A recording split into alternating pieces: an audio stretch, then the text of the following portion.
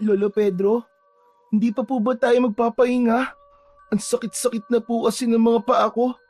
Kanina pa po tayo naglalakad eh. May nakikita ka ba na pwede natin pagpahingahan, Tino? Nakita mo na walang kabahayan o kahit na mga puno dito sa nilalakaran natin.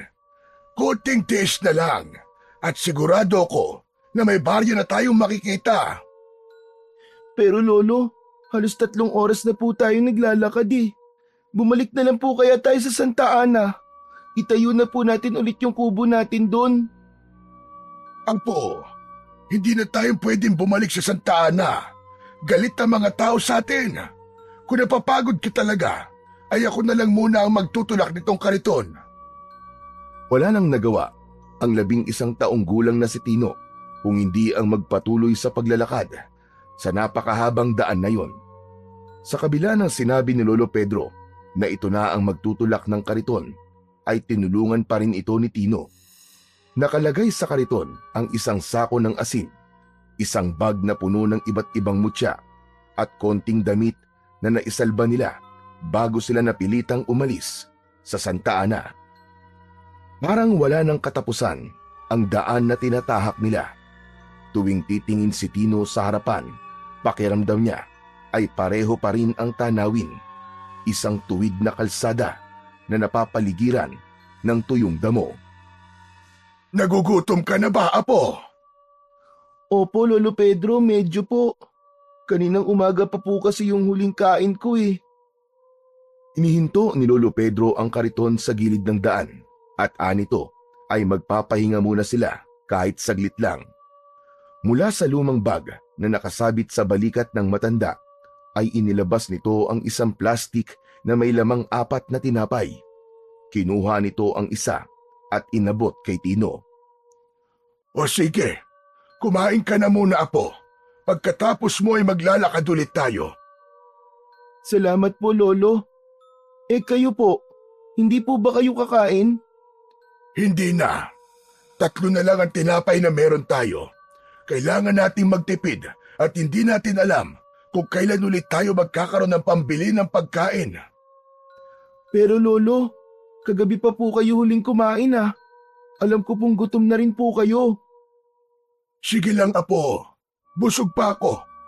Marunong ka pa sa tiyan ko. Ikaw talagang bata ka. Lolo naman, alam ko pong hindi totoo yun. Tignan niyo nga po't namumutla na po kayo sa gutom. Napakamot ng ulo si Lolo Pedro. Hindi ito umimik, pero hindi rin ito tumingin kay Tino. Naisip ni Tino na hindi na talaga babawasan ng lolo niya ang tinapay na nasa bag nito, kaya hinati na niya sa gitna ang tinapay at inabot ang kalahati kay Lolo Tino. O sige po Lolo, hati na lang po tayo dito para parehas po tayo may laman ng tiyan. Ay nako, ang tigas talaga ng ulo mong bata ka. Sinabi nang hindi nga ako nagugutom. Kanina po ba ako magmamana ng katigasan ng ulo, kundi sa inyo po Lolo? Natatawang napailing si Lolo Pedro at kinuha na nito ang kalahati ng tinapay at sinimulan yung kainin. Kahit papano ay nakampante na si Tino dahil kinain na yon ng kanyang lolo. Tumitig si Tino sa malayo matapos kagatin ang kanyang tinapay. Maya-maya pa ay tumingin siya kay Lolo Pedro na nasa malayo rin ang tingin. Nakita niya ang pagod sa mukha nito.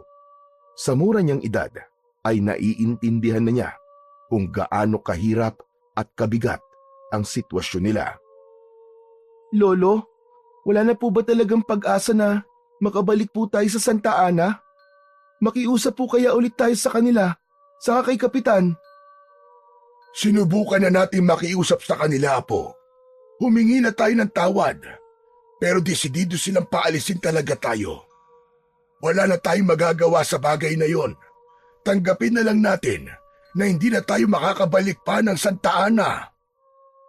Pero Lolo, hindi naman po natin ginustong mangyari yun ah. Bumuntong hininga si Lolo Pedro at tumango. Alam ko, Apo, pero hindi mo rin naman sila masisisi. Sa kubo natin nagsimula ang sunog. Ang daming bahay ang nadamay. Ang daming nawalan ng tirahan. Hindi man natin ginusto na magkasunog, Pero hindi na natin mababago ang isip ng mga tao. Mas marami ang gusto tayong umalis kaysa sa nais tayong manatili roon. Ano po ngayon ang gagawin natin, Lolo? Wala tayong ibang magagawa, Apo, kundi magpatuloy sa ating paglalakad at paghahanap ng bayan o baryo kung saan tayo makakapagsimulang muli. Pero Lolo, saan po tayo pupunta? Hindi ko pa alam, Apo, pero naniniwala akong may dahilan kung bakit nangyayari ito sa atin. Baka nasa ibang lugar talaga ang swerte natin, Apo. Tahimik na tumango si Tino. Hindi pa rin niya lubusang matanggap na wala na silang babalikan. Masakit para sa kanyang umalis sa Santa Ana dahil doon siya pinanganak at doon din siya nagkaroon ng mga kaibigan. Matapos nilang ubusin ang kanilang tinapay, ay uminom muna sila ng tubig mula sa bote na baon nila. Hindi nagtagal ay magkatulong ng itinulak ni Tino at Lolo Pedro ang kariton. Ilang oras pa ang lumipas at patuloy pa rin sa paglalakad ang maglolo. Inakala ni Tino na aabuti na sila ng dilim sa paglalakad, pero nagliwanag ang mukha niya nang unti-unti nilang nakita ang kabahayan na nasa kanilang unahan. Halos mapalundag si Tino sa labis na kasiyahan. Nasabik siya sa posibilidad na makakahanap na sila ng masisilungan matapos ang isang buong araw ng paglalakad sa ilalim ng tirik na araw. Lolo! Lolo! May mga bahay po doon sa unahan! O, diba? Hindi ba't sabi ko naman sa'yo, Apo? Makakakita rin tayo ng baryo bago sumapit ang dilim. Tara na po, Lolo! Baka may mabuting tao puro na tumulong sa atin. Sana po, meron pong magpatuloy sa atin. Inilisan nila ang kanilang paglalakad at halos tumatakbo na si Tino habang tinutulak ang kariton. Nasa isip niya ang imahe ng isang mainit na pagkain, isang kubong matutuluyan at kahit paano isang lugar kung saan makakapagpahinga sila nang hindi nangangamba. Ngunit nang makarating sila sa baryo, unti-unting napawi ang kasabikan ni Tino. Tahimik ang lugar. Walang ingay na mga batang naglalaro at walang ingay na mga hayop sa bakuran. Ang karamihan ng bahay ay nakasarado ang bintana at pinto na tila walang tao sa loob. Sa gilid ng kalsada, may iilan namang nakatayo, mga matatandang lalaki, ilang kababaihan at isang binatilyo, at lahat ay nakatingin kay Tino at Lolo Pedro. Ngunit hindi yun ang klaseng tingin na bumabati sa mga bisita. Matatalim ang kanilang mga mata, puno ng pagsusuri at pag-aalinlangan. Biglang may kilabot na gumapang sa buong katawan ni Tino. Napalunok siya bago dahan-dahang tumingin kay Lolo Pedro. Lolo, parang ayaw po nila sa atin ah. Ang sama po ng tingin nila. Parang kakainin po nila tayo ng buhay. Huwag mo na lang silang pansinin, Apo. Huwag mo lang tignan. Maghanap na lang tayo ng masisilungan o kahit mapagpapalipasan lamang na magdamag. Tumango si Tino, ngunit hindi niya magawang iwaglit ang bigat ng mga matang nakatutok sa kanila. May kung anong hindi tama sa baryong yun. Patuloy nilang tinulak ang kanilang kariton. Ang mga gulong nito'y lumilikha ng mahihinang tunog sa lupa. Sa bawat hakbang nila, ramdam ni Tino ang malamig na pagtanggap ng lugar na yon sa kanila at ang hindi maipaliwanag na kaba sa kanyang dibdib. Nakarating sila Tino sa dulong bahagi ng baryo na yon kung saan walang kabahayan. Maraming mga puno at doon nila natagpuan ang isang lugar kung saan sila maaaring magpalipas ng gabi. Isang malaki at mayabong na puno ang napili nilang pansamantala nilang sisilungan. Maingat nilang inilagay ang kanilang kariton sa ilalim ng puno. Inayos ni Lolo Pedro ang ilang gamit, habang si Tino naman, pagod na napaupo sa damuhan. Sa wakas, makakapagpahinga na po tayo, Lolo Pedro. Kaya nga, Apo. Buti na lang at nakita natin tong lugar na to bago tuluyang dumilim. Okay na rin po siguro dito muna tayo, Lolo. Saka mukhang ligtas naman po ang lugar na to eh. Mas gusto ko po rito kaysa dun po sa may mga tao na masama po ang tingin sa atin. Di ko po talaga makalimutan yung tingin nila sa atin, Lolo. Normal lang naman siguro yon. Kasi bago tayo sa mga mata nila. Pinagpag ni Tino ang alikabok sa kanyang mga binti at tumingin sa paligid. Tahimik ang lugar. Mas malamig ang hangin doon dahil sa dami ng puno. Lolo, bukas po ba maghahanap na po tayo ng matutuluyan natin? Oo, Apo. Baka may mabuting loob na tumanggap sa atin. O di kaya naman may trabaho ako maaaring pasukan. Lolo, pwede rin po nating ibenta ang asin at mutya na dala natin, gaya po ng ginagawa natin nun sa Santa Ana. Aba, magandang ideya yan, Apo. Baka may mga nangangailangan ng mutya sa baryong ito, lalong-lalo na ang asin. Pwede nating ipagpatuloy sa lugar na ito ang pagtitinda natin ng asin at ng mga mutya. Tumango si Tino, ngunit sa kabila ng kanilang mga plano ay patuloy siyang kinabahan. Mula nang dumating sila sa baryong yon ay hindi niya maalis ang pakiramdam na may mali. Tahimik na tahimik ang paligid. Hindi yun ordinaryong katahimikan, kundi isang uri ng katahimikang tila nagbabadya ng kung anong hindi magandang mangyayari. Nang lumalim na ang gabi, ay mas lalong lumamig ang paligid. Ang malamig na simoy ng hangin ay dumadampi sa balat ni Tino. Kaya naman, mas lalo siyang napalapit sa maliit na apoy na ginawa ni Lolo Pedro kanina. Kumuha si Lolo Pedro kanina ng mga tuyong dahon at sanga at ang mga yon ang ginamit nito para makagawa ng apoy. Nagsilbi na rin yung liwanag sa napakadilim nilang paligid. Tinignan ni Tino ang apoy na sumasayaw sa hangin habang nakayakap siya sa kanyang tuhod. Lolo, alam niyo po, meron po akong pangarap sa buhay. Aba, ano naman yung pangarap mo, Apo? Sabihin mo nga at nang malaman ko. Gusto ko po magkaroon ng sariling bahay balang araw, yung hindi na po madaling masunog. Tapos, gusto ko po maging doktor kasi malaki po ang sahod nun, di ba? Pero alam ko po, hanggang pangarap na lang po ang lahat ng yon. Kasi wala naman po tayong pera para makapag-aral ako eh. Nako, Tino, huwag kang magsasalita ng ganyan. Basta masipag at masikap ka sa buhay, darating at darating ang araw, matutupad mo rin ang mga pangarap mo. Huwag mong hayaang limitahan ka ng sitwasyon natin ngayon. Napabuntong hininga si Tino at tapos ay tumingin siya sa kanyang lolo. Lolo, nagsisisi po ba kayo na ako po ang naging apo nyo? Eh kasi po, kung hindi ko po sana nakalimutang patayin yung kandila bago tayo matulog, ay hindi po masusunog ang kubo natin.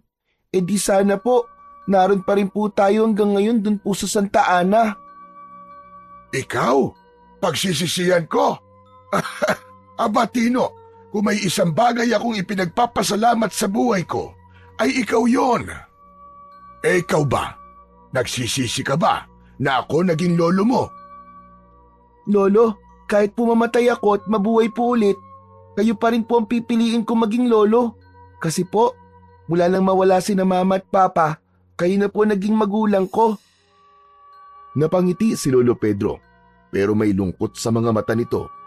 Sandali itong hindi nakapagsalita at maya-maya pa ay tinapik siya sa likod.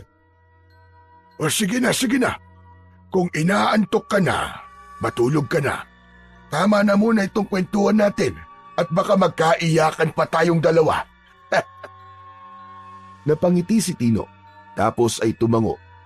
Humiga siya sa kumot na inilatag nila sa damuhan at ipinikit na ang mga mata.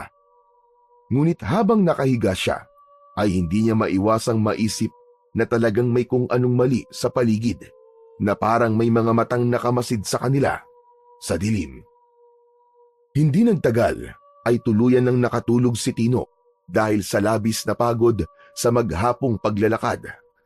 Inakala niyang makakatulog na siya na maimbing, ngunit nang humiga si Lolo Pedro sa tabi niya ay naalimpungatan siya. Otomatiko siyang napabangon sa paligid. Napalunok si Tino habang pinakikiramdaman ang paligid. Napansin niyang kahit ang ihip ng hangin ay tila humina. Wala siyang marinig na ingay ng kuliglig o huni ng ibong panggabi. Hindi nagtagal ay may narinig siyang kaluskos. Mula yon sa may gawing masukal na bahagi ng kakahuyan, hindi kalayuan sa kanila. Nanlamig ang kanyang batok at mabilis na lumingon kay Lolo Pedro na noon ay nakatitig din sa pinagmulan ng tunog. Nagkatinginan silang maglolo. Lolo, ano po yung ingay na yun? Baka hayop lang yun. Huwag kang mag-isip ng kung ano-ano at matatakot ka lang, iho. Baka po may ahas po dito, Lolo Pedro. Baka matuklaw po tayo. Huwag kang mag-alala, Tino. Dito ka lang. Titignan ko lang kung ligtas ba talaga rito. Agad na napahawak si Tino sa braso ng matanda. Huwag na po, Lolo. Baka kung ano po mangyari sa inyo kapag lumayo kayo eh. Walang mangyayari sa akin masama, Apo. Sandali lang ako. Babalik din kagad ako dito. Pagkasabi nun ni Lolo Pedro ay kinuha nito ang itak at dahan-dahang lumayo sa kanilang kinaroroonan. Naiwan si Tino na nakaupo sa kanilang latag. Nang mawala sa kanyang paningin sa Lolo Pedro ay mas lalo niyang naramdaman ang takot. Patuloy pa rin ang kaluskos sa kung saan. Ipinikit ni Tino ang kanyang mga mata at nagsimulang manginig ang kanyang katawan. Panay ang dasal niya na sana ay sumikat na ang araw kahit alam niyang matagal pa bago mangyari yon. Habang mag-isa si Tino sa ilalim ng puno, ay lalong lumakas ang pakiramdam niyang may palapit sa kanya. Para bang may kung anong presensya sa paligid na nagpapabigat sa kanyang dibdib.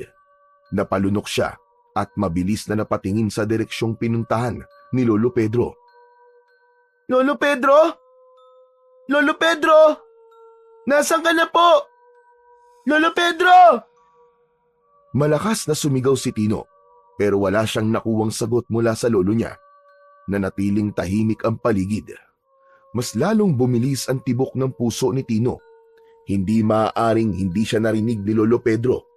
Bigla siyang nagkaroon ng hinala na baka may masamang nangyari na sa kanyang lolo. Hindi na siya nagdalawang isip. Tumayo siya at sinundan ang dinaanan ng kanyang lolo. Marahan siyang naglakad habang nakikiramdam sa paligid. Lolo? Lolo Pedro, nasan ka? Ayos ka lang ba, Lolo? Patuloy na naglakad si Tino hanggang sa marating niya ang mas masukal na bahagi ng kakahuyan. Bigla siyang napatigil nang makarinig siya ng isang tunog na parang yabag ng isang taong papalapit. Hanggang sa bigla na lang may sumulpot sa harapan niya. Isang matangkad na lalaki na may malaking katawan. Meron yung makapal na bigote at balbas. Magulo ang buhok na parang hindi nagsuklay ng matagal. May hawak itong itak at matalim ang mga mata nito. Dahil sa gulat at takot ay kumawala ang malakas na sigaw sa lalamunan ni Tino. Napaatras siya ng mabilis at natapilok. Malakas na bumagsak sa lupa ang pang-upo ni Tino. Nanlalaki ang mga mata niya habang nakatingin sa hindi kilalang lalaki. Hindi nagtagal ay dumating si Lolo Pedro. Agad nitong hinarap ang lalaki habang hawak nito ang kanyang itak. Sino ka? Anong ginagawa mo sa apo ko? Ako ang dapat magtanong niyan. Sino kayo? Anong ginagawa niyo rito? Hindi namin kailangan sagutin ang tanong mo. Kung may binabala ka masama, mas mabuti pang umalis ka na. Kahit matanda na ako, ay kayang-kaya kitang labanan. Hindi ka sasantuin ng itak ko, damuho ka. Subukan mo lang. Ngumisi ang lalaki at kita sa mukha nito ang tila pagsusuri sa kanila. Ngayon ko lang nakita ang mukha niyo rito sa baryo Kalayo. Mukhang dayo kayo. Wala pa kayong alam tungkol sa lugar na ito at hindi kayo dapat nasa labas sa ganitong oras. Unti-unting tumayo si Tino. Lumapit siya kay Lolo Pedro habang nakatitig siya sa lalaki. Sa kabila ng brusko at nakakatakot nitong itsura, ay may kung anong nagsasabi sa kanya na hindi ito masamang tao. Habang nakatitig pa rin sina Tino at Lolo Pedro sa matangkad na lalaki, ay biglang pumailan lang sa paligid ang malalakas na pag-angil mula sa kung saan. Malalim, mabangis, at hindi pangkaraniwan ang angin na yon. Napapitlag si Tino at mabilis na lumingon sa paligid. Hinawakan niya ang braso ng kanyang lolo habang ramdam niya ang panginginig ng kanyang sariling katawan. Lolo? Lolo, narinig niyo ba yun? Ano po yun? Baka kung anong hayop lang yon, Tino. Nagkakamali kayo. Hindi hayop yon.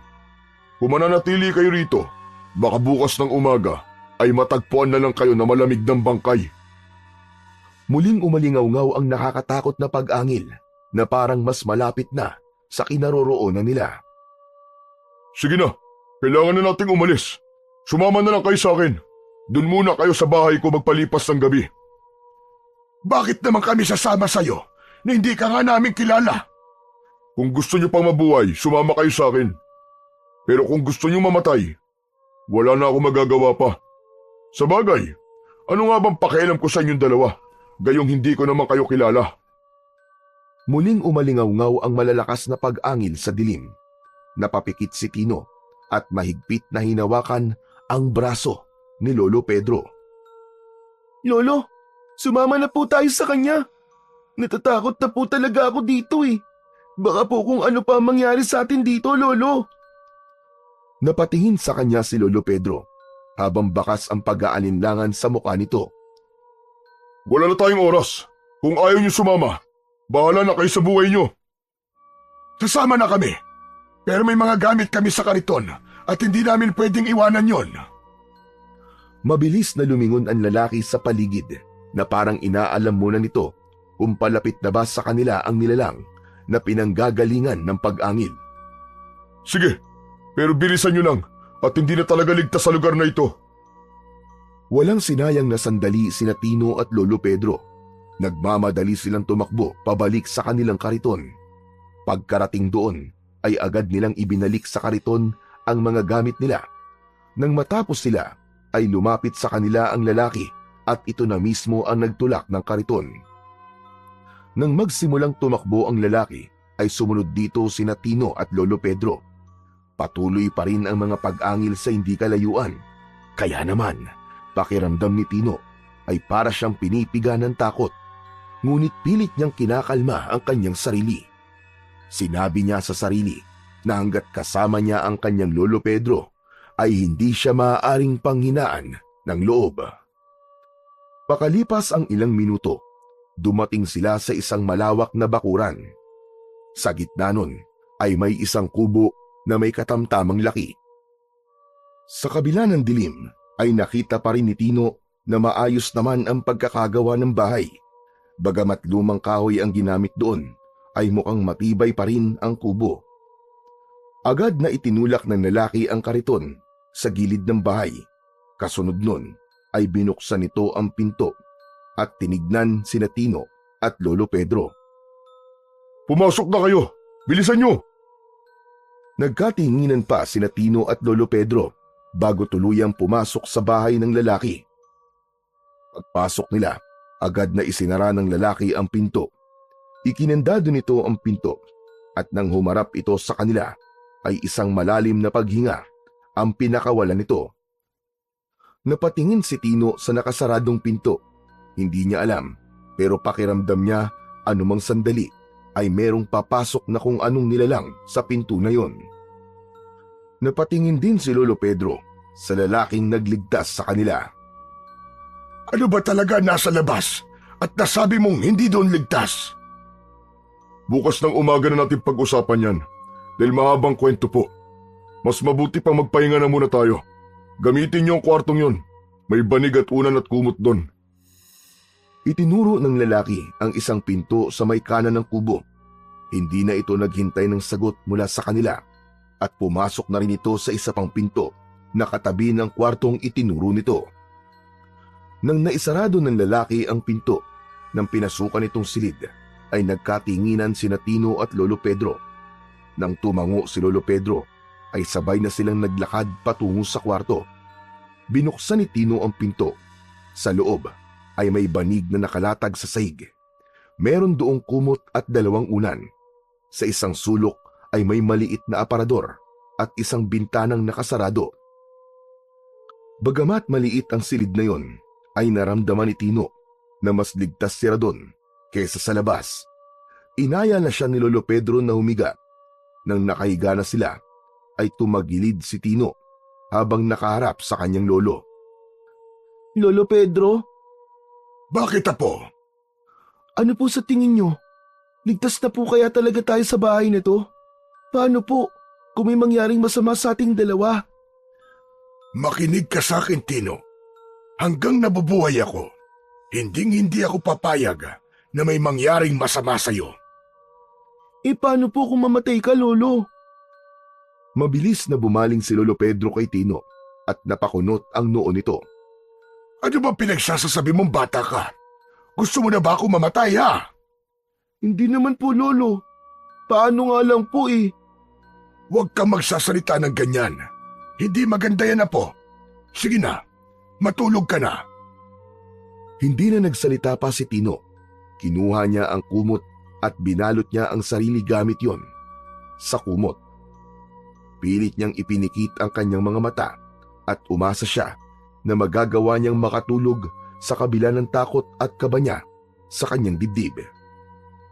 Inabukasan ng umaga, naramdaman ni Tino ang banayad na sikat ng araw na sumisilip sa siwang ng bintana. Nang dumilat siya, ay agad niyang nakita si Lolo Pedro na nakaupo sa paanan niya. Tahimik ito at parang hinihintay siyang magising. Kumalam ang tiyan ni Tino nang nalanghap niya ang amoy ng piniritong tinapa. Umupo na rin siya at tumarap kay Lolo Pedro. Lolo, aboy tinapa. Nagugutom na po ako. Ako nga rin Medyo nahihilo na ako sa gutom. Gusto mo na ba lumabas? Tara na po, Lolo. Lumabas na po tayo. Apo, nahihiya ako maunang lumabas. Ako nga rin po, Lolo Sasabihin ko nga po sana sa inyo na kayo po ang maunang lumabas. Na maunang lumabas, Apo. Tapos susunod na lang ako sa'yo. Ayoko, Lolo. Ikaw na po mauna. Sige na po. Ikaw na, Apo. Biglang bumukas ang pinto at nakita nila na nakatayo sa pintuan ang lalaking nagpatuloy sa kanila sa bahay na yon. May hawak itong sandok. Ano na? Magsasayang pa ba kayo ng oras sa pagtuturoan kung sino ang unang lalabas sa inyong dalawa? Naghanda na ako ng almusal. Kumain na tayo. Sabay na napaubo sina Lolo Pedro at Tino. Sige. Susunod na kami. Salamat. Tumalikod na ang lalaki at bumalik sa kusina. Pinanlakihan ni Lolo Pedro ng mata si Tino at pigil na tumawa si Tino. Matapos yun ay lumabas na sila ng kwarto at dumulog na sila sa hapagkainan kung saan naroon na ang lalaki. Nasa harap nila ang mainit na kanin, pritong itlog, tinapa at umuusok na kape na nasa tasa. Kumakalam ang sikmura ni Tino kaya agad siyang kumuha ng pagkain. Mang, maraming salamat pala sa pagpapatuloy mo sa amin ng apo ko dito sa bahay mo. Pasensya ka na rin kung napag-isipan ka namin ng hindi maganda kagabi. Walang anuman po yun. Teka, ano nga po palang pangalan nyo? Pedro ang pangalan ko. Pwede mo kong tawaging Lolo Pedro. At ito naman ang apo ko na si Tino. Kinagagalak ko po kayo makilala. Ako naman po si Arsenio. Teka lang, oo nga pala. Bakit nasa labas po kayo kagabi ng ganong oras? At saan kayo galing? Galing kami ng Santa Ana. Pinaalis kami ron ng mga tao matapos masunog ang kubo namin at madamay ang ibang mga bahay. Kaya kami sinisi. Kaya naman napilitan kaming umalis at maghanap ng bagong matitiran hanggang sa napadpad kami rito sa baryo nyo. Sa dami ba naman ang pwedeng puntahan? Bakit dito pa sa baryo kalayo? Ano pong ibig niyo sabihin, Kuya Arsenio? Ibinaling ni Arsenio ang tingin sa kawalan na parang nagdadalawang isip ito kung sasagutin ito ang tanong ng bata. Alam nyo kasi, ang baryo kalayo ay isinumpa ng isa matandang mangkukulam na aswang na nagngangalang Amparo. Kung sino man ang pumasok sa baryong ito, dayo man o taga rito, ay hindi na maaaring lumabas pa. Kapag umalis sila ay mamamatay sila. At hindi lang yun, bahagi rin ng sumpa ni Amparo na ang ibang tao rito ay magiging aswang.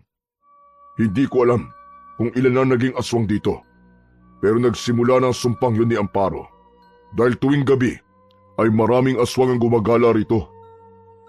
Nun, aalis na lang pala kami ng apo ko at maghahanap na ng ibang lugar na matitiran.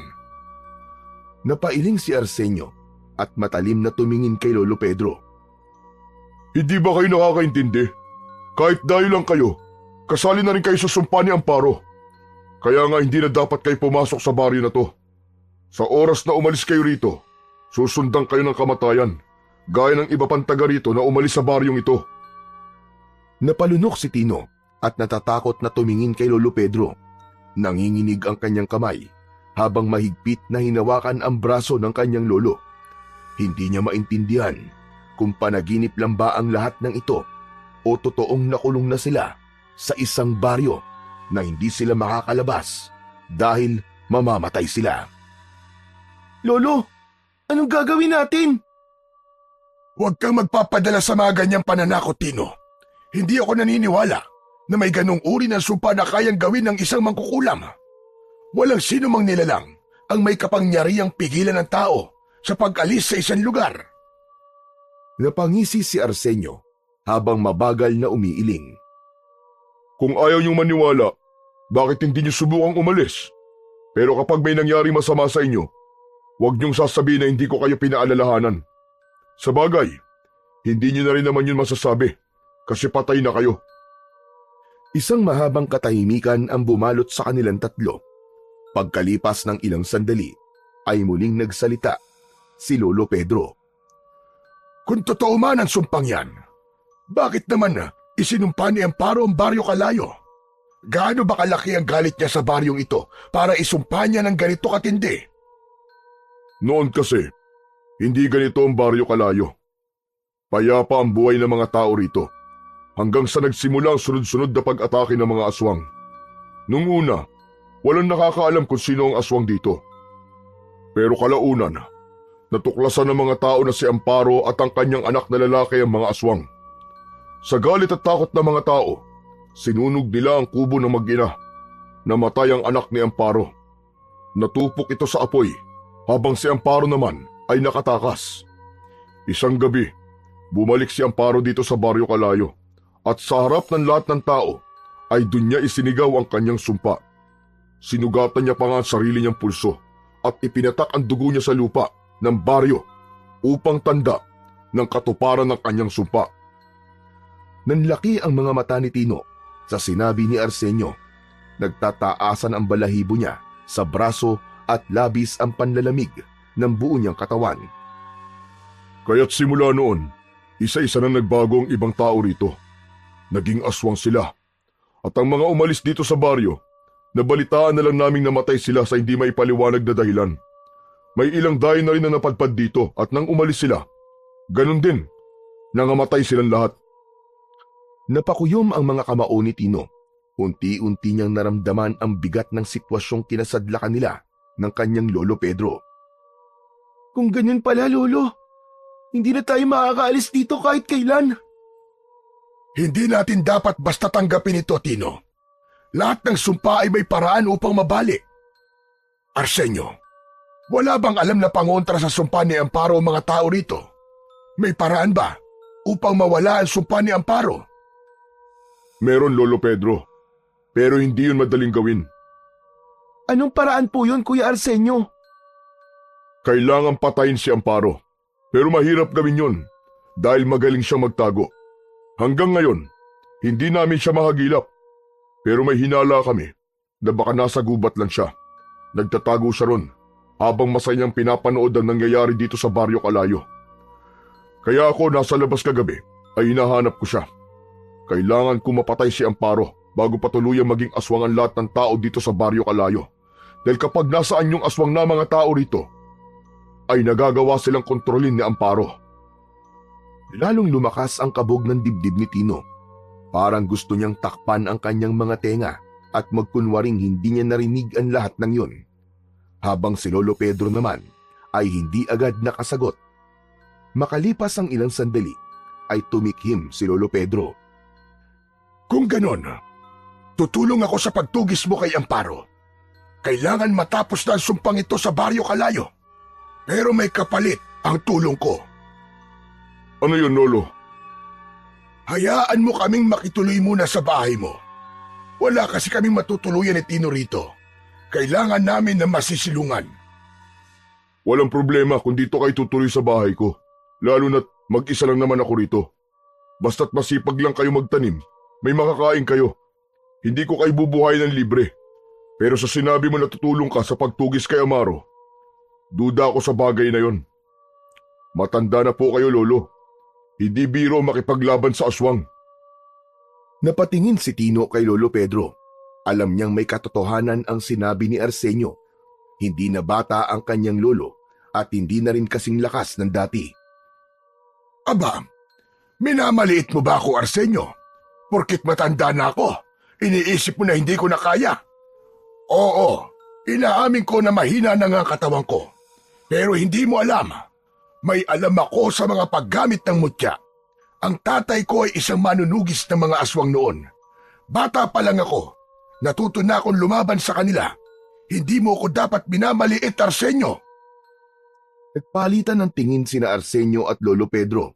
Tila sinusukat ni Arsenio kung nagsasabi nga ng totoo ang matanda. May dala po kami mga mutya. Binibenta po namin ang mga yon para maaari ring gamitin sa pakikipaglaban. May dala rin po kaming maraming asin na mabisang pantaboy sa mga aswang, Kuya Arsenio. Sige, kung gusto niyong tumulong, Lolo Pedro, hahayaan kita. Natahimik si Tino. Sa pagkakataon na yon ay bigla niyang naisip ang panganib na susuungin ni Lolo Pedro. Alam niyang wala na siyang magagawa para pigilan pa ang kanyang lolo. Ngunit kung siya lang ang masusunod, ayaw na niyang makipaglaban pa ito sa mga aswang. Naisip niya na kung sakaling may mangyaring masama rito, ay hinding-hindi niya yon kakayanin.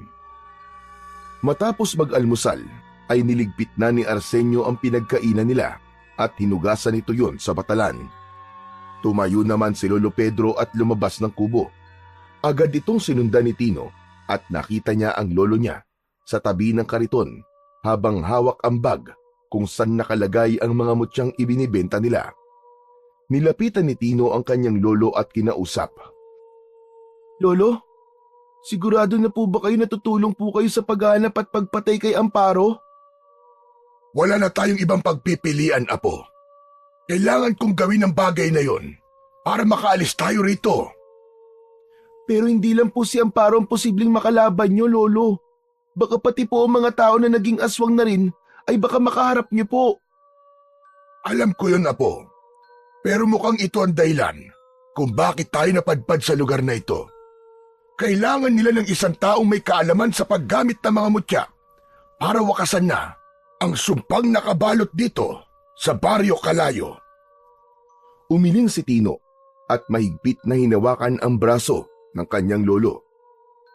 Lolo, parang awa nyo na po. Ipaubayan nyo na lang po kay Kuya Arsenio at sa iba pang mga kalalakihan ng bagay na yan. Apo, kung ang paraan lang para makaalis tayo sa lugar na ito ay ang patayin si Amparo ay gagawin ko. Pero kung hindi man tayo aalis dito, mas mabuti nang alisin ang sumpa sa baryong ito para mabuhay tayo dito ng mapayapa. Napalunok si Tino. Alam niyang matigas ang desisyon ng kanyang lolo, pero hindi niya maiwasang matakot. Hindi lang para sa sarili niya, kundi para sa buhay ng Lolo Pedro niya. Napatungo siya. Nakatikom ng mariin ang mga kamay niya habang iniisip ang sinabi ng kanyang lolo. Alam niyang mapanganib ang gagawin ni Lolo Pedro, pero mas lalong hindi niya matanggap na hindi siya makakatulong. Alam niya sa sarili niyang hindi siya mahina. Hindi na siya bata. Kung desidido na po talaga kayong patayin po si Amparo, tutulong po ako, Lolo. Ano ka mo? Anong ibig mo sabihin, Apo? Ang ibig ko pong sabihin, Lolo, sasama po ako sa paghahanap kay Amparo. Tutulong po ako sa pagtugis sa kanya. Kayo na pong lumaban sa mga aswang. Basta bigyan niyo lang po ako ng isa sa mga mutya niyo, Lolo. Hindi maaari, Tino. Hindi ko ilalagay sa panganib ang buhay mo. Hindi mo alam kung gaano kadelikado ang haharapin namin. Hayaan mo na lang ang bagay na ito sa matatanda. Pero Lolo, Huwag mo nang ipilit ang gusto mo, Apo. Kahit na ano pang sabihin mo, hindi kita isasama at hindi mo ako mapapapayag. Ramdam ni Tino ang bigat sa tono ng kanyang lolo. Hindi na siya sumagot. Kahit pa gusto niyang ipaglaban ang desisyon niya, alam niyang kahit na anong gawin niya, hindi basta-basta babaguhin ni Lolo Pedro ang isip nito. Pero sa loob-loob niya, hindi siya papayag na wala siyang gagawin. Tahimik siyang napatingin sa bag ng mutya na hawak ng kanyang lolo. Tumakbo sa utak niya na kung hindi papayag ang lolo niya na tulungan niya ito sa pagpatay kay Amparo, ay gagawa siya ng sarili niyang paraan. Makalipas ang ilang sandali, ay lumabas na ng bahay si Arsenio at kinausap ito ni Lolo Pedro na malayo kay Tino. Nasa ilalim ng isang puno ang dalawa, habang si Tino naman ay nakamasidlak. Curious ang bata sa kung anong pinag-uusapan ng mga yon, pero sigurado siya na tungkol yun sa plano kung paano mahahanap at mapapatay ang mangkukulam na si Amparo. Iginala ni Tino ang tingin sa paligid. Hindi pa rin siya makapaniwala na ang lugar na inakala niyang magiging bago nilang tahanan ay siya palang magiging kulungan nila at wala silang alam kung kailan sila makakaalis sa lugar na yon. Huminga si Tino ng malalim. Hindi naman nagtagal ay lumapit na sila Lolo Pedro at Arsenio sa kariton kung saan nila yon ipinarada. Mula sa kanyang pwesto ay dinig na dinig niya ang usapan ng dalawa. Kinuha ni Lolo Pedro ang bag ng mutya at ipinakita kay Arsenio ang laman ng mga yon. May mga mutya ko rito na pwede nating gamitin para mas lumakas tayo at magkaroon ng proteksyon sa mga aswang. Pero hindi garantisado ang proteksyon, lalo na't may mga aswang na malalakas at hindi tinatablan ng mutya. May ilan din na inilalagay sa bahay bilang proteksyon para hindi makapasok ang anumang aswang. Kung may mga mutya pala kayong dala, Lolo Pedro, pwede natin yung ipamahagi sa mga taga-baryo Kalayo. Kahit yung pamproteksyon lang sa bahay nila, para hindi sila mapasok ng mga aswang sa gabi. May mga aswang kasi rito na pumapasok sa bahay ng mga tao na hindi pa nagiging aswang. Magandang ideya mong yan, Arsenio. Hindi man nila kayang lumaban, kahit paano naman ay may proteksyon sila sa mga aswang. Itong mga mutya ng bawang ang ipamimigay natin sa kanila. Kapag isinabit ito sa pintuan, hindi makakalapit ang aswang sa bahay na yon. At itong mutya ng bulalakaw ay pwede nating gamitin sa pakikipaglaban sa aswang. Nagbibigay ito ng kakaibang lakas sa kung sino man na magmamay-ari nito. Bigyan mo lang ako ng oras na dasalan at orasyonan ang ilan sa mga ito upang mas maging epektibo. Habang nakikinig si Tino sa usapan ng dalawa, ay may kung anong nag-uudyok pa rin sa loob niya na kailangan ay may gawin siya. Kaya hindi na siya nakatiis at tuluyan na siyang lumapit kina Lolo Pedro. Lolo Pedro, baka po may maitutulong po ko. Hindi po ba tinuruan niyo po ko noon na mag-orasyon sa mga mutya? Naisip ko rin po na pwede nating ipamahagi ang mga asin sa mga tao. Tutal, marami naman po ang dala natin eh. Aba, tama ka, Tino. Sa totoo lang po, halos wala na pong asin sa baryo Kalayo dahil hindi na kami nakakalabas ng lugar na ito. Kung ano na lang ang meron dito, ayun na lamang ang ginagamit namin. Lolo Pedro, matalino po ang apo nyo. Sa tingin ko meron po siya maitutulong sa atin kahit papano. Alam kong matalino ang apo ko, Arsenio, pero hindi ko naman hahayaan na makisali siya sa ganitong bagay dahil masyado pa siyang bata. Pero hindi ba, Lolo Pedro? Dapat ay tinuturuan mo na siyang lumaban habang bata pa siya. Tinuturuan ko siya, pero hindi pa ito ang tamang oras para gamitin niya ang itinuturo ko sa kanya. May tamang panahon para sa lahat ng bagay. Saka na niya gamitin ang kaalaman niya sa pakikipaglaban kapag nasa hustong edad na siya. Tino, kaya na namin ito. Pumasok ka na sa loob ng bahay, sige na. Nanlumo si Tino sa mga sinabi sa kanya ni Lolo Pedro. Muli na naman itong tinanggihan ang alok niyang tumulong. Wala siyang nagawa kundi marahang pumasok sa loob ng bahay.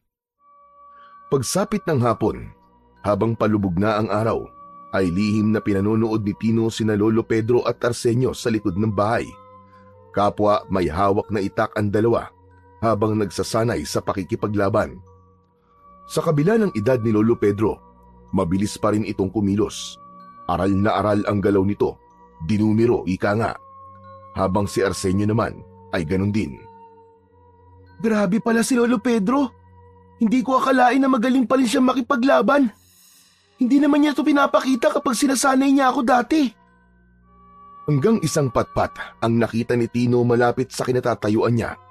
Isang ideya ang pumasok sa kanyang isipan. Kinuha niya ang patpat at ginaya niya ang bawat galaw ng kanyang lolo. Ang pag-ilag nito, pagdepensa at pag-atake, lahat ng yon ay pinilit niyang kaopyahin. Hanggang sa huminto na si Lolo Pedro at Arsenio upang saglit na magpahinga. Agad na ibinaba ni Tino ang hawak na patpat bago pa siya makita ng dalawa. Naisip niya na kailangan niya ring makuha ang galaw ng dalawa upang kung sakaling kailanganin niyang lumaban, ay hindi na siya mahihirapan. Kinagabihan, matapos na maghapunan, ay nakita ni Tino sina Lolo Pedro at Arsenio na abala sa paghahanda para sa pagtugis kay Amparo. Kapwa may nakasabit na mutya sa leeg ng mga ito at nagsisilbing dagdag proteksyon at lakas sa mga ito. Hawak din ng dalawa ang kanika nilang matalim na itak. Nang matapos na sa paghahanda sina Lolo Pedro at Arsenio, ay isinabit ni Lolo Pedro ang isang mutya ng bawang sa itaas ng pintuan. Lolo Pedro, talaga bang epektibo ang mutya na yan para walang aswang na makapasok dito? Oo, maniwala ka sa akin, Arsenio. Makakapasok lang ang aswang dito kapag pinatuloy ng kung sinong nasa loob ng bahay. Lumingon si Lolo Pedro kay Tino at lumapit ito sa kanya. Tino, apo, kaya ikaw, kahit anong marinig mo sa labas, ay wag na wag kang lalabas. Bubuksan mo lang ang pinto kapag sigurado ka na kami ni Arsenio nasa labas. Naiintindihan ko po, Lolo. Pero talaga po bang hindi ako pwedeng sumama sa inyo? Napag-usapan na natin ito, hindi ba? Ayoko nang paulit-ulit, Tino. Tino, makinig ka na lang sa lolo mo. Para rin sa kaligtasan mong iniisip niya. O sige na, aalis na kami, apo. Isarado mo ang pinto pagkalabas namin, ha? Yung mga biling ko, huwag mong kalilimutan. Opo, Lolo. Mag-iingat po kayo. Wala nang nagawa si Tino kundi sundin ang bilin ng matanda. Habang palayo sina Lolo Pedro at Arsenio, ay sinundan niya ng tingin ang mga ito. Hindi niya maiwasang makaramdam ng pagkabahala. Nang tuluyan ng maglaho sa paningin niya ang dalawa, marahan niyang isinarado ang pinto at hindi niya kinalimutang ikandado yon. Naging tahimik na ang loob ng bahay ni Arsenio matapos makaalis ni Lolo Pedro at Arsenio. May nakita siyang maliit na altar sa isang sulok. Lumapit siya roon at lumuhod upang magdasal. Panginoon ko, bantayan niyo po sina Lolo at Mang Arsenio. Huwag niyo pong hayaan na may mangyaring masama po sa kanila. Sana po, malampasan po nila ang anumang panganib na naghihintay sa kanila ngayong gabi. Lahat po ng ito'y dinadalangin ko sa pangalan niyo po, Panginoong Hesus. Amen. Matapos ang taimtim na panalangin, ay huminga ng malalim si Tino. Hindi pa rin siya mapakali. Tumayo siya at naglakad-lakad sa loob ng bahay. Paulit-ulit niyang tinitignan ang pinto at umaasa siya. Nakakatok na ron ang dalawa. Pumasok sa isip ni Tino na lumabas at sundan sina Lolo Pedro. Pero sumagi rin sa isip niya ang galit na muka ni Lolo Pedro kung sakaling suway niya ang pinag-uutos nito. Kaya inalis na lamang niya sa utak niya ang planong yon. Lumipas ang halos isang oras ng paghihintay. Naramdaman ni Tino ang pagod sa kanyang katawan sa paglalakad niya ng pabalik-balik. Unti-unti na rin siyang inantok, kaya nagtungo na siya sa kwarto nila ng kanyang lolo.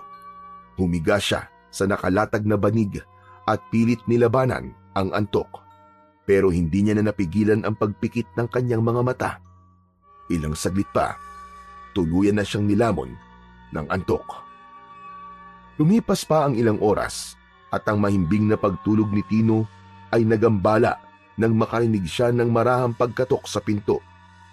Namilog ang kanyang mata at agad siyang napabalikwas ng bangon. Lumabas siya ng kwarto at napahinto siya nang makita ang isang sako ng asin sa isang sulok.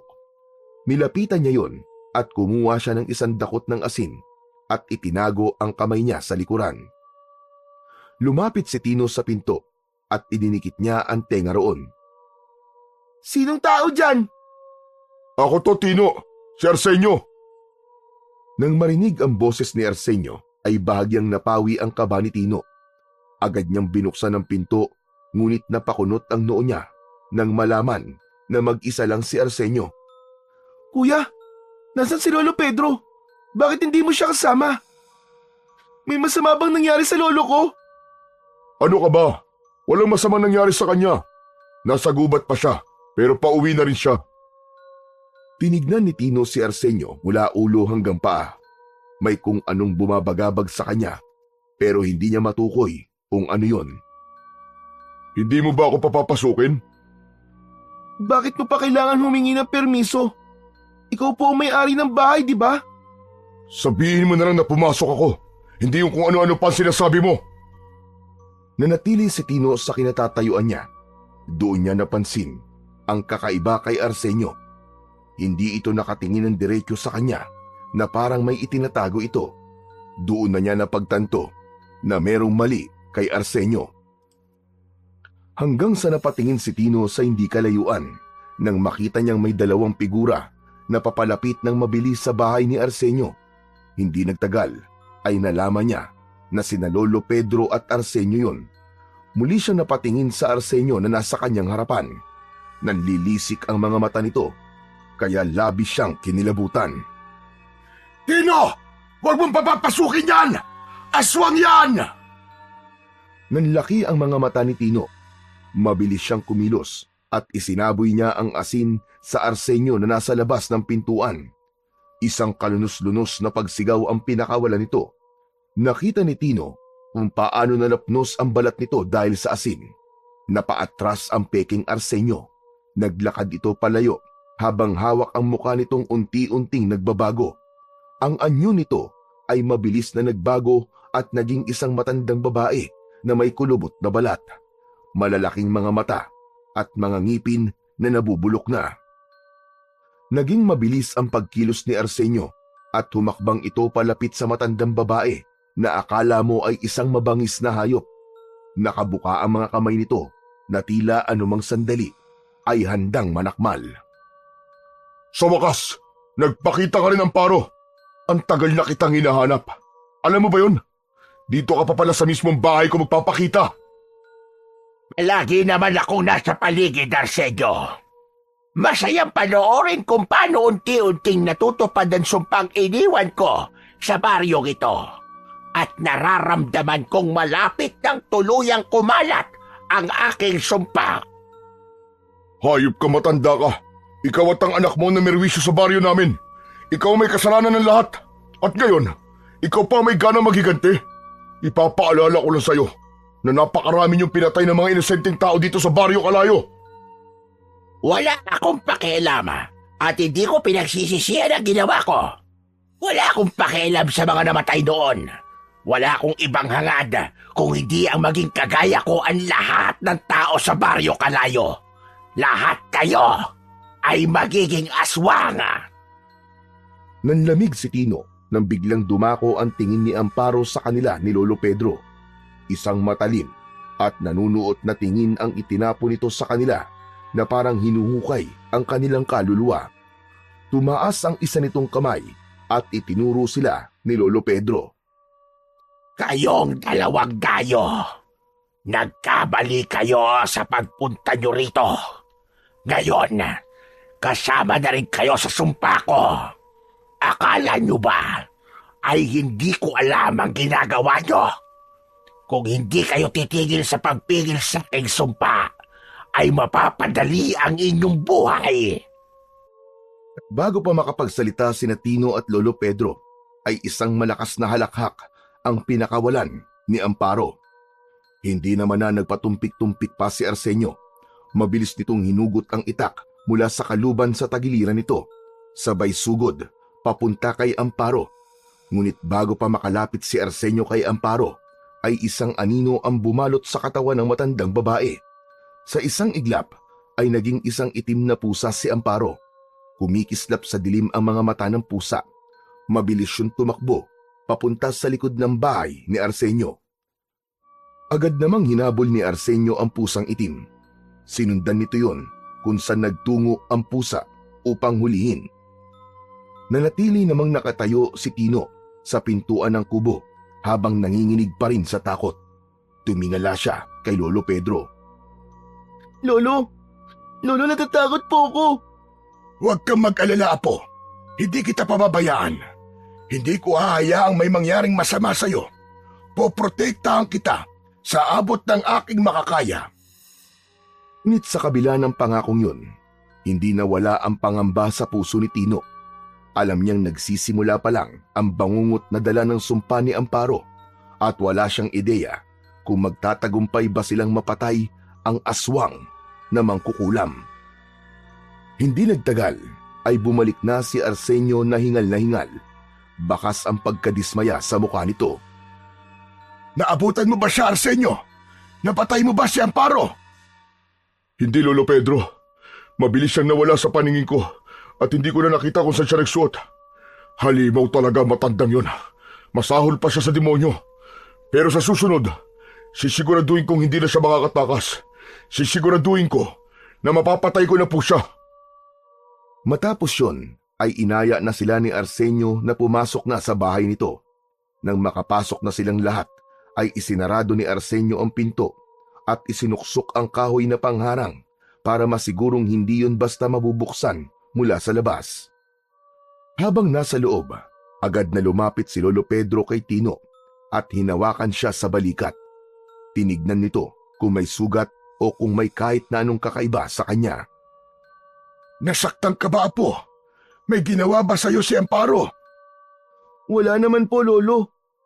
Hindi niya rin po ako nasaktan kasi hindi ko po siya pinapasok dito sa loob ng bahay ni Kuya Arsenio. Matapang kang bata, Tino. Pinahanga mo ako sa ginawa mo kanina.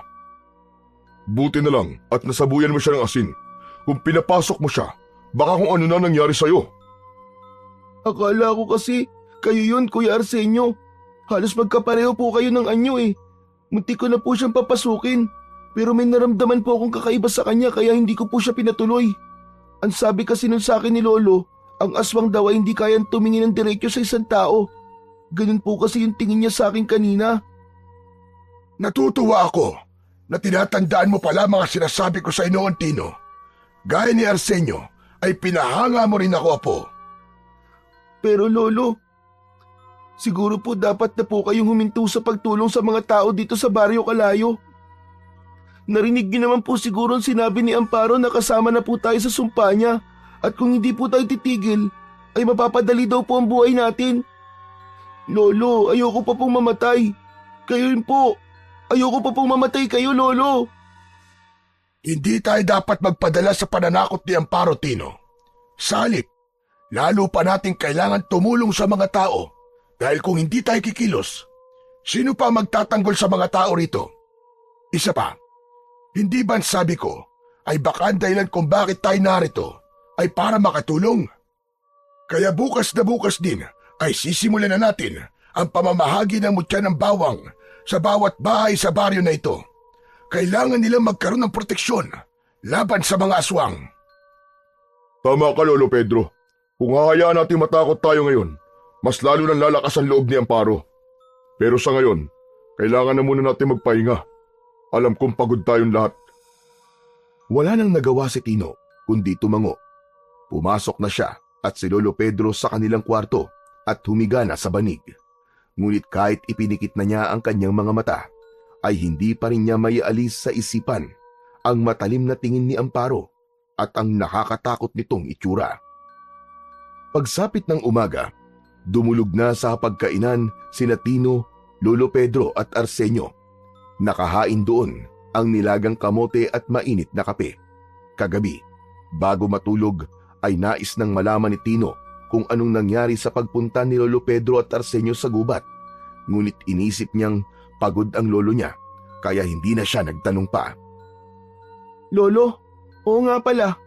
Ano po palang nangyari nung lumabas po kayo kagabi ni Kuya Arsenio nung pumunta po kayo sa gubat? Yun na nga, nagpunta kami sa gubat. Hinanap namin doon si Amparo, pero hindi namin talaga siya nakita. Totoo nga sinabi ni Arsenio na mailap ang matandang mangkukulam na yon. Kaya nagulat kami nang maabutan namin siya dito sa bahay. Pero nung nasa gubat kami, ay may nakita kami mga aswang na gumagala. Mukhang naghahanap sila ng mabibiktimang hayop. Nilabanan niyo po ba sila, Lolo? Hindi, Apo. Walang dahilan para labanan at patayin ang mga aswang sa baryo na ito. Naniniwala ako na kapag nabali na ang sumpa dito, ay babalik din sila sa pagiging tao. Hindi nila ginustong maging ganoon, Apo. Mga biktima rin sila ni Amparo at ng sumpa nito. Sana po magtagumpay kayo sa pagtugis at pagpatay kay Amparo para maging mapayapa na po dito sa Baryo Kalayo. Sana nga, Apo. Kailangan matapos na ang sumpa ni Amparo bago pa tuluyan lamunin ng dilim ang baryong ito. Sandaling tinignan ni Tino ang dalawa at nakita niya sa mukha ng mga ito ang napakalaking determinasyon na mailigtas ang Baryo Kalayo mula sa sumpa ni Amparo. Alam ni Tino na kapag nagtagumpay sila ay hindi lang ang mga taga roon ang makikinabang, kundi sila rin ni Lolo Pedro dahil magkakaroon na sila ng mapayapa at ligtas na lugar kung saan maaari silang magsimula ng panibago nilang buhay. Matapos ang almusal ay inilabas ni na Lolo Pedro at Arsenio ang bag na naglalaman ng mga mutyang ibinibenta noon ni na Tino at Lolo Pedro. Itinaktak ni Lolo Pedro ang laman ng bag sa sahig at isa-isa nitong kinuha ang mga mutya ng bawang na siyang ipapamahagi sa mga tao sa Baryo Kalayo. Nakita yun ni Tino at agad siyang lumapit sa dalawa. Lolo, gusto ko pong tumulong sa inyo sa pamamahagi po ng mutya ng bawang sa mga tao. Wala naman po akong gagawin dito sa bahay ni Kuya Arsenio eh. Hindi na kailangan, Apo. Manatili ka na lang dito sa bahay. Delikado pa rin ang sitwasyon. Pero Lolo, Huwag nang matigas ang ulo mo, Tino. Hindi natin alam kung kailan muling susulpot si Amparo. Mas ligtas ka kung nandito ka lang sa loob ng bahay. Napasimangot si Tino at sa sandaling yon ay bahagya na siyang nainis sa palagi na lang pagtutol ni Lolo Pedro sa gusto niyang gawin. pero gusto ko po talaga makatulong, Lolo.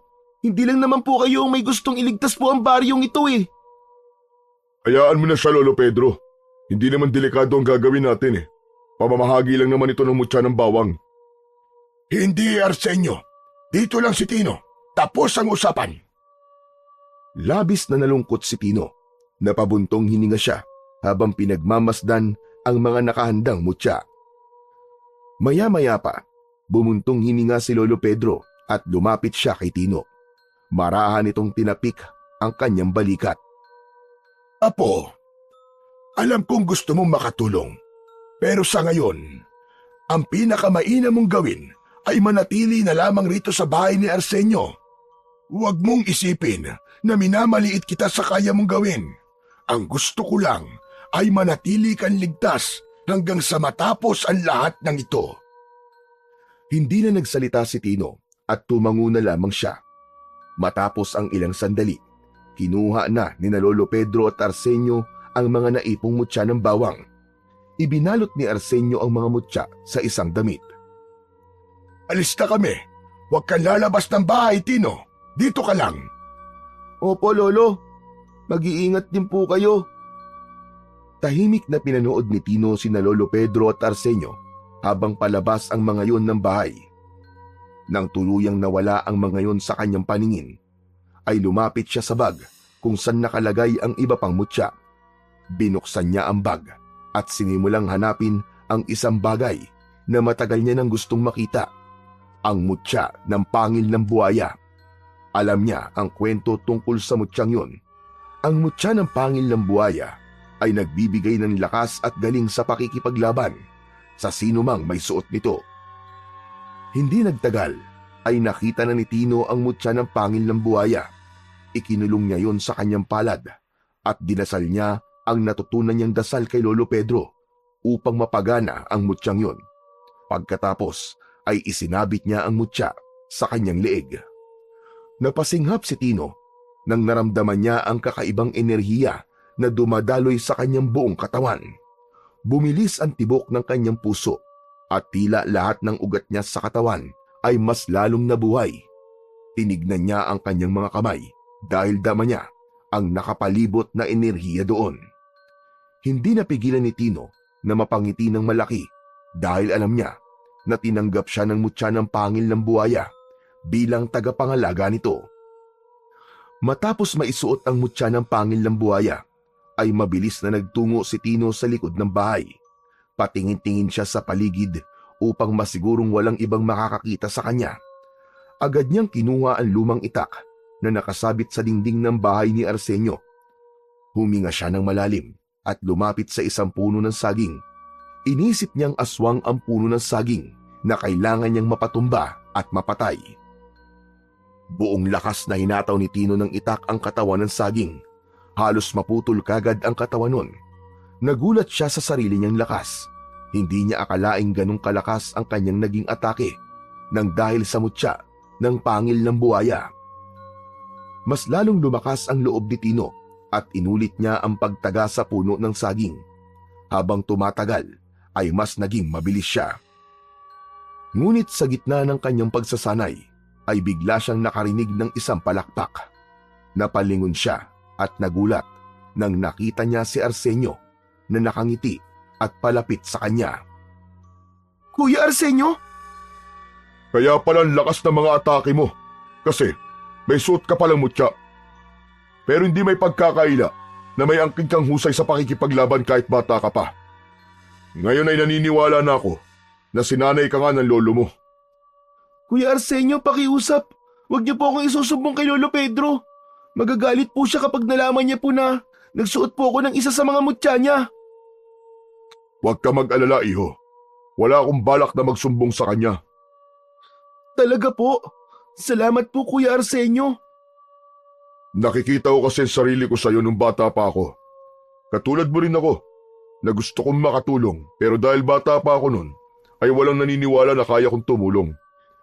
Pero ginawa kong inspirasyon ng mga taong hindi naniniwala sa akin at pinatunayan ko sa kanila na wala sa edad para makatulong ka sa kapwa mo.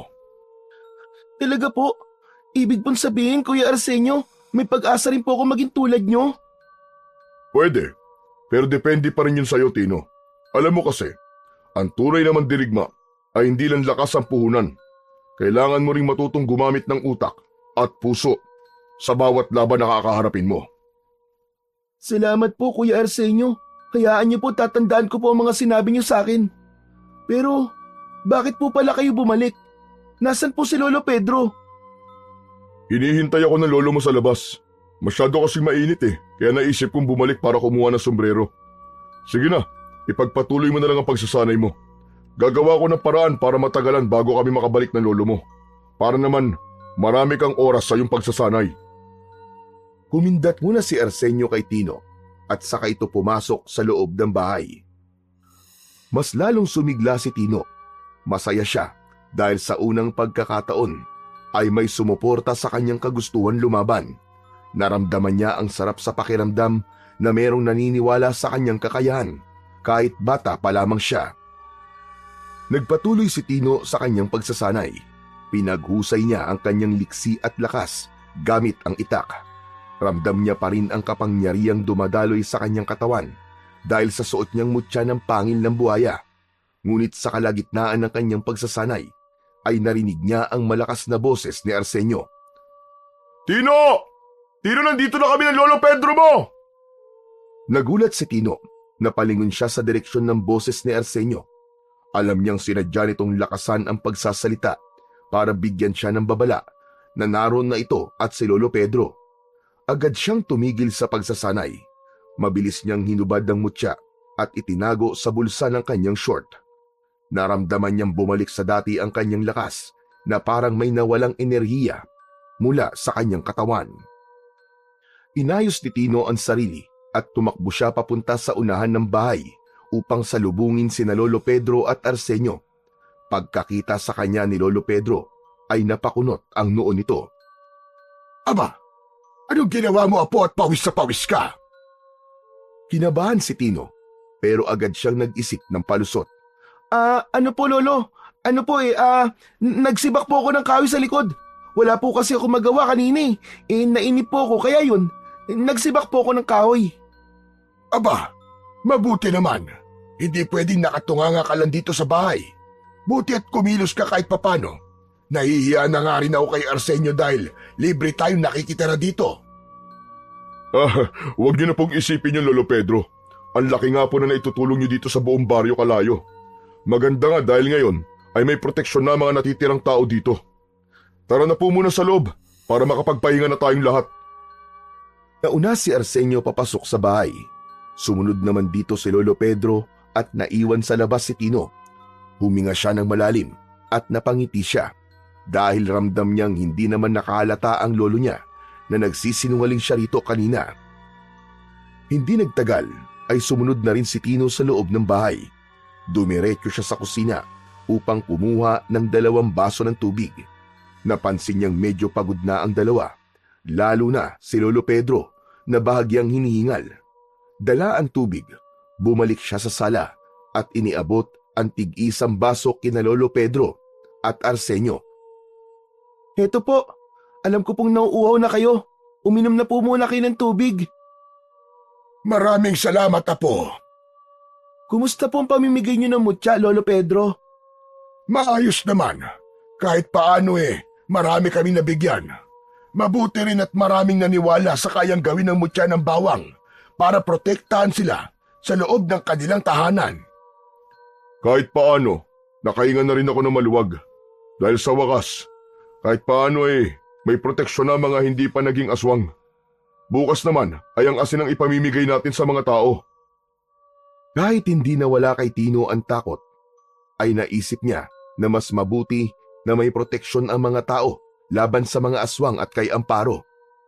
At alam niyang hindi sapat ang mutya upang ganap na mabura ang sumpa dahil kailangan pa ring mamatay ni Amparo. Lolo, itutuloy ko na po muna yung pagsisibak ko po ng kahoy sa likod Sige, apo, pero huwag ka masyado magpapagod. Opo, Lolo. Ngumiti si Tino bago tumalikod at lumabas ng bahay. Pagdating sa likod, agad niyang dinampot ang itak na nakasandal sa isang troso. Lumapit siya sa mga nakatambak na kahoy ng panggatong at inumpisahan niyang putulin ang mga yon sa mas maliliit na piraso. Makalipas ang ilang minuto ay nakarinig siya ng yabag na papalapit. Huminto siya saglit at nang makita niya si Arsenio ay ipinagpatuloy niya ang kanyang ginagawa. Mukhang napagod si Lolo Pedro sa paglalakad namin kanina, kaya iidlip lang daw muna siya. Salamat po pala, Kuya Arsenio, sa hindi niyo po pagsusumbong kay Lolo Pedro. Talagang nyari po ako sa kanya kapag nalaman na ginamit ko po ang isa sa mga mutya na ibinibenta namin dati. Kung ako lang ang masusunod, hahayaan kitang tumulong sa pagtugis kay Amparo. Alam kong matibay ang loob mo, bata, at kitang-kita kong potensyal mo. Pero hindi ako magdidesisyon para sa'yo, Tino. Si Lolo Pedro may karapatan na magsabi kung ano ang dapat mong gawin. Tahimik na tumango si Tino. Alam niya yon mulat sa pool. Si Lolo Pedro na ang nagpapasya para sa kanya. Naiintindihan ko naman po si Lolo Pedro kung bakit ayaw niya po akong payagan at tumulong sa pagtugis kay Amparo. Alam ko pong gusto lang po niya akong protektahan. Pero sana po dumating po ang araw na magkaroon po siya ng tiwala sa akin. Gusto ko rin po kasing patunayan sa kanya na kahit bata pa po ako ay may magagawa na po ako malaki para sa baryo niyo, kuya. Kung darating din ang araw na yon, Tino. Pero wag mong madaliin. Ang isang mandirigma, hindi lang matapang, kundi dapat marunong din maghintay ng tamang panahon. Kapag hinug ka na sa karanasan, kusa kang papayagan ni Lolo Pedro. Hayaan mong patunayan mo muna ang sarili mo sa ibang paraan. Opo, salamat po Kuya Arsenio Talaga magpupursige po ako kasi ang gaganda po ng mga sinasabi niyo po sa akin. O sige na, ipagpatuloy mo na yan. Maghahanda lang ako ng pagkain natin mamayang tanghalian. Ngumiti si Tino at sinundan niya ng tingin ang papalayong si Arsenio. Hindi nagtagal ay ipinagpatuloy na niya ang pagputol sa mga kahoy. Nang sandaling yon, wala siyang ibang hiling kundi ang matapos na ang impyerno sa Baryo Kalayo. Kinagabihan, habang kumakain si Tino ng hapunan, ay hindi niya naiwasang mapansin ang bigat sa kanyang dibdib.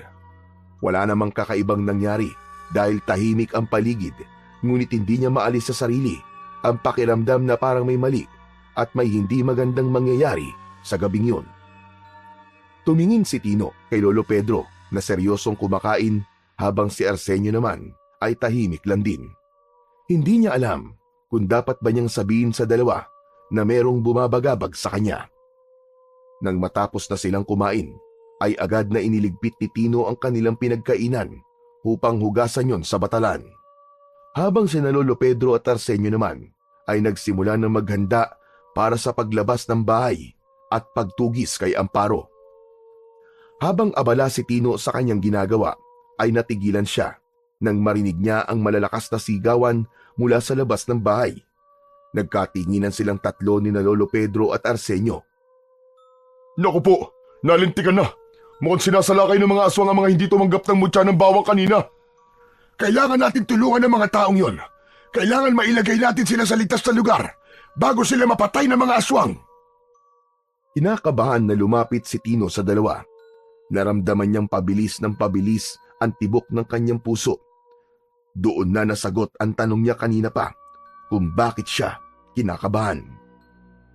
Hanggang sa may biglang kumatok ng malakas at sunod-sunod sa pinto. Ang kinatatakutan nilang pag-atake ay nangyari na. Arsenio! Arsenio, tulungan mo ako! Parang awa mo na, Arsenio! Ayoko pa mamatay! Agad na lumapit si Arsenio sa pinto at binuksan yon. Sa labas ay isang lalaki ang nakatayo. Namumutla ito at duguan ang isang braso. Medyo madilim sa labas pero kita ni Tino ang matinding takot sa mukha ng lalaki. Macario? Huwag mo muna siyang papasukin, Arsenio. Baka isa siyang aswang. Hindi po siya aswang, Lolo Pedro. Isa siya sa mga binigyan natin ng mutya kanina. Saglit na nagsukatan ng tingin ang dalawa bago marahang tumango si Lolo Pedro. Pinapasok na ni Arsenio si Macario sa loob at itinuro ang upuan malapit sa mesa. Ano nangyari po? Umaatake po ba mga aswang? Oo, inaatake nila ang mga bahay na walang mutya ng bawang. Sandali. Hindi ba binigyan ka namin ng mutya kanina? Bakit ka nasugatan? May aswang ka bang pinapasok sa kubo mo? Naabutan ako ng dilim sa labas at doon ako inatake ng aswang. Mabuti na nga at ito lang ang natamo kong sugat eh. Nakatitig lang si Tino kay Macario. Hindi niya alam kung bakit. Pero may kakaiba siyang napansin sa lalaki. Parang hindi ito makatingin ng diretso kina Lolo Pedro at Arsenio. May malamig na hangin siyang naramdaman na dumaan sa kanyang batok. Hindi niya alam kung dahil yun sa kaba, pero hindi niya kayang iwaksi ang pakiramdam na may mali kay Macario. Pasimpleng lumapit si Tino sa sako ng asin na nasa isang sulok ng kubo.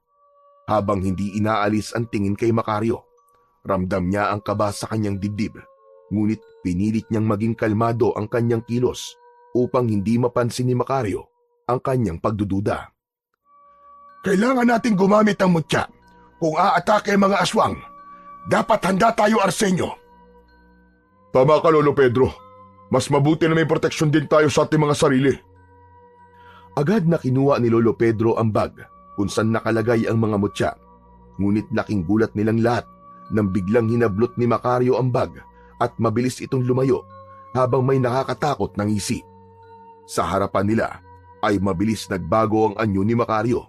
Bagyang lumaki ang katawan nito at tumalim ang mga kuko at ngipin. Namula ang mga mata ni Macario at tinubuan ito ng makapal na balahibo sa buong katawan. Hindi! Aswang ka na rin, Macario! Ama ka, Arsenio. Isa na rin ako sa mga aswang sa baryo na ito. Akala niyo ba ay hindi makakaisip si Amparo ng paraan? Makalamang lang sa inyo. Inutusan niya akong kunin ang mga mutya upang wala na kayong panlaban sa amin. Nanginig sa galit si Tino. Alam niyang hindi sila maaaring magpatalo. Kailangan nilang gumawa ng paraan bago pa tuluyang maagaw ni Macario ang mga mutya. Kaya naman, mabilis siyang kumilos. Dumampot siya ng asin mula sa sako at walang pag-aalinlangang isinaboy niya yon kay Macario. Napasigaw sa labis na sakit si Macario habang unti-unting nilulusaw ng asin ang balat nito. Ngunit bago pa nila magamit ang pagkakataong yon upang makuha ang bag ng mga mutya, ay mabilis na tumakbo palabas ng kubo ang aswang na si Macario. Hindi pwedeng mawala sa atin ang mga mutya! Hindi maaari yun! Hindi na nagdalawang isip si Arsenio at mabilis itong lumabas upang habulin si Macario. Agad namang kinuha ni Lolo Pedro sa isang sulok ang dalawang itak na nakasabit sa dingding. Lumapit ito kay Tino at marahang hinawakan siya sa balikat. Tino, makinig ka sa akin. Kahit na anong mangyari, huwag kang lalabas ng bahay. Ligtas ka rito. May mutya ng bawang ang bahay na ito. Pero Lolo, wala kayong mutya ni Kuya Arsenio. Paano kayo lalaban sa mga aswang? Bahala na ang Diyos sa amin, Apo. Pero hindi namin pwedeng pabayaan ang mga tao. Hindi namin nahayaang mapunta sa mga aswang ang mutya.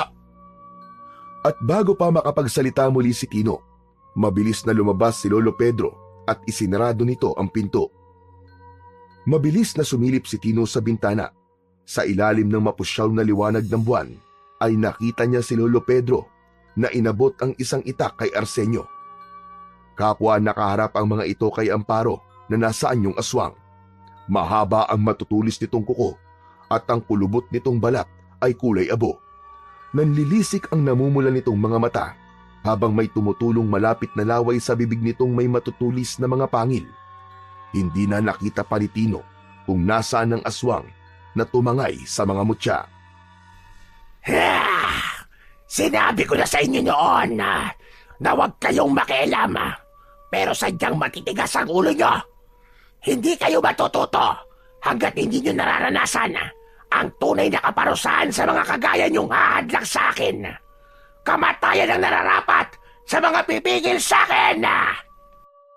Napasinghap si Tino na ikuyom niya ang kanyang mga kamao at naramdaman niya ang pagtagaktak ng malamig na pawis sa kanyang noo. Alam niyang mahihirapan sina Lolo Pedro at Arsenio na lumaban sa isang tulad ni Amparo dahil walang tangan na mutya ang mga ito. Hanggang sa nakita ni Tino ang mabibilis na pagkilos ni Amparo. Sa isang iglap, bigla itong sumugod kina Lolo Pedro at Arsenio. Napalunok si Tino nang makita niyang lumutang ito ng bahagya sa ere bago bumagsak sa lupa nang walang ingay. Sa bilis ng galaw ni Amparo ay nakalapit ito kay Arsenio. Mabuti na lamang at agad na nakailag si Arsenio sa mga kuko ng mangkukulam na aswang. Ngunit hindi nito inasahan ang sunod na kilos ni Amparo. Mula sa gilid ni Arsenio ay bumaon ang mga kuko ni Amparo na nag-iwan ng malalim na sugat. Napaatras si Arsenio habang maigpit na hawak ang sugatang braso. Mahina! Napakahina nyo! Mabilis namang sumugod si Lolo Pedro habang hawak ang itak. Nagawa nitong mataga sa balikat si Amparo, ngunit labis na nagimbal si Tino nang hindi man lang nasugatan o nagalusan si Amparo sa pag-ataking yon ni Lolo Pedro. Nakangisi ang aswang habang dahan-dahang humarap kay Lolo Pedro. Walang silbi ang mga itak nyo sa akin. Akala nyo ba ay kayo lang ang may alam na orasyon?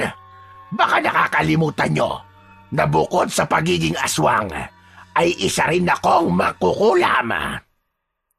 At bago pa makagalaw si Lolo Pedro, ay mabilis itong sinunggaban ni Amparo at kinagat nito si Lolo Pedro sa balikat. Matapos yun, ay malakas na ibinilibag ng aswang ang lolo ni Tino sa lupa. Napakapit sa Lolo Pedro sa balikat nito. Bakas sa mukha nito ang labis na sakit. Muli namang sumugod si Arsenio. Tinaga nito sa balikat si Amparo. Pero gaya ng nangyari kanina, ay hindi bumaon ang talim ng itak sa katawan nito. Ngumisi si Amparo at hinawakan nito sa leeg si Arsenio at walang kahirap-hirap na itinaas ito. Wala kayong laban sa akin. Sisiguraduhin kong mamamatay kayo ngayong gabi! Sinubukan ni Arsenio na alisin ng kamay ni Amparo sa leeg nito, pero unti-unti nang nawawala ang lakas nito. Sa loob ng bahay ay patuloy na nanonood si Tino sa nangyayari sa labas. Hindi pwedeng nandito lang ako. Kailangan may gawin ako. Kailangan ko silang tulungan. Hanggang sa biglang may sumagi sa kanyang isipan, ang mutya ng pangil ng buhaya. Mabilis niyang hinugot mula sa kanyang bulsa ang mutya at tinitigan niya yon ng matiim. Ito lang ang natitirang pag-asa namin. Ito na lang ang mutyang meron kami. Hindi nagdalawang isip si Tino. Isinuot niya ang mutya sa kanyang leeg. Sa sandaling yun ay bigla niyang naramdaman ang kakaibang enerhiya na bumalot sa kanyang katawan. Parang may apoy na bumangon mula sa kanyang mga laman at pinupuno siya ng hindi maipaliwanag na lakas. Sa labas, hawak pa rin ni Amparo si Arsenio sa leeg. Hindi na kinaya ng lalaki at nabitiwan na niya ang itak. Doon na malakas na ibinalibag ni Amparo si Arsenio sa lupa. Si Lolo Pedro naman ay pilit bumabangon kahit hirap na hirap sa paghinga. Nang makita yun ni Tino, ay mas lalong nag-alab ang kagustuhan niyang tulungan ang dalawa. Kitang-kita niya kung paano pinaglalaruan ni Amparo sina Lolo Pedro at Arsenio. Sa kabila ng kanilang mga sugat, ay patuloy na lumalaban ang mga ito gamit ang kanilang natitirang lakas. Ngunit malinaw na walang kalaban-laban ang dalawa sa lakas at bilis ng aswang. Pilit na iniwasan ni Arsenio ang pag-atake ni Amparo. Sinubukan itong salagin ang matutulis na kuko ng aswang, ngunit wala talaga itong laban. Hindi makagalaw si Tino sa kinatatayuan niya. Ramdam niya ang takot, ngunit mas matindi ang pangamba niya sa maaaring mangyari kung hindi siya kikilos. Hindi pwedeng mamatay sina Lolo Pedro at Arsenio sa kamay ng aswang. Hindi pwedeng magtagumpay ang mangkukulam na aswang na si Amparo. Sa naisip na yun ni Tino, ay isang matinding determinasyon ang bumalot sa kanya. Naglakad siya palapit sa pinto at binuksan niya yun. Walang pagdadalawang isip na lumabas siya. Mabilis niyang kinuha ang mga itak na nahulog ni na Lolo Pedro at Arsenio. Napalingon sa kanya si Lolo Arsenio na halatang gulat at nag-aalala. Tino!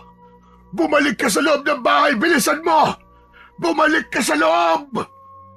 Lolo, huwag po kayo mag-alala. Nasa akin po ang mutya ng pangil ng buhaya. Napatingin si Amparo kay Tino at napangiti ito. Tila naaliw ito sa ideya ng isang bata ang lalaban sa kanya. Isa ka pang mangmang na gustong mamatay!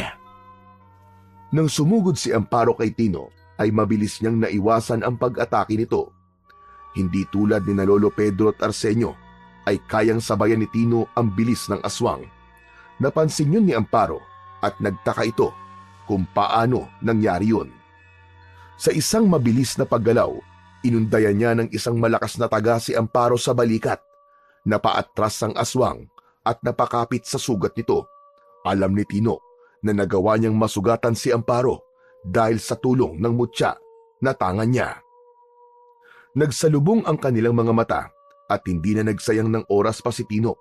Muli siyang sumugod kay Amparo. Sinubukan ni Amparo na depensahan ang kanyang sarili, ngunit hindi na nito natapatan ang bilis at lakas ni Tino. Sunod-sunod ang mga sugat na lumitaw sa katawan ng aswang mula sa dalawang itak ni Tino. Nang bahagyang makalayo si Amparo, ay malakas itong sumigaw. Hindi! Hindi mo ako matatalo! Isa ka lamang bata! Tapos na ang sumpa mo, Amparo.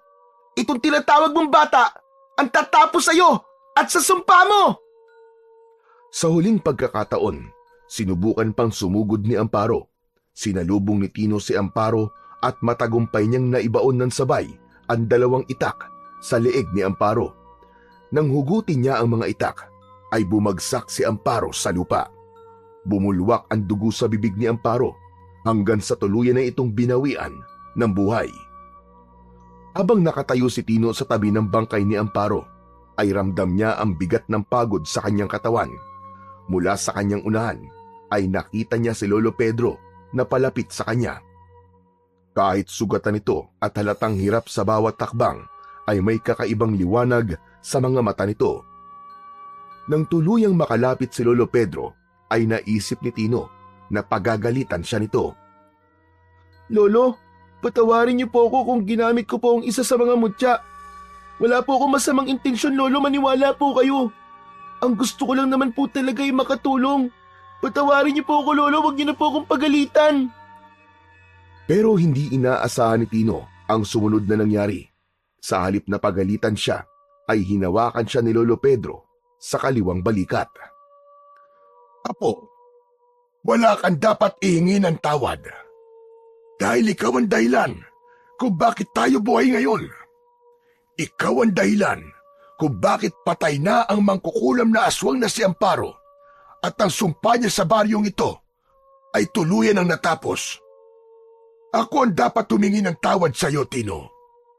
Dahil hindi ako nagtiwala sa iyo nung una. Hindi ako nagtiwala sa iyong kakayahan at minaliit ko ang pagiging bata mo. Hindi alam ni Tino kung ano ang kanyang dapat na sabihin. Hindi niya inaasahang maririnig niya ang mga salitang yun mula sa kanyang Lolo Pedro. Nakangiting niyakap ni Lolo Pedro si Tino at sa yakap na yon ay naramdaman niya na labis siya nitong ipinagmamalaki. Napangiti naman si Tino nang makita niya ang kanyang kuya Arsenio na nakatingin sa kanilang dalawa. Kahit hindi nagsalita si Arsenio, ay ramdam ni Tino na gaya ng lolo niya ay ipinagmamalaki rin siya nito. Sa pagkamatay ni Amparo, ay tuluyan ang nawala ang sumpang bumabalot sa baryo Kalayo. Ang mga taong naging aswang ay bumalik na uli sa pagiging normal na tao. Ang takot na matagal nang bumalot sa lugar ay unti-unting napalitan ng pag-asa at bagong simula. Samantala, sina Tino at Lolo Pedro naman ay nanatiling nakatira sa bahay ni Arsenio habang ang mga mutyang ninakaw ni Macario ay nabawi nila. Maraming tao ang nagpasalamat sa kanila, lalo na sa batang si Tino, na hinangaan ng buong baryo dahil sa kanyang tapang. Sa kabila ng murang edad, napatunayan ni Tino na hindi nasusukat sa edad ang pagtulong sa nakararami. At sa maliit na baryo na yon ay muling nagsimula ang panibagong buhay ni Tino at Lolo Pedro, kasama ang bago nilang pamilya na si Arsenio.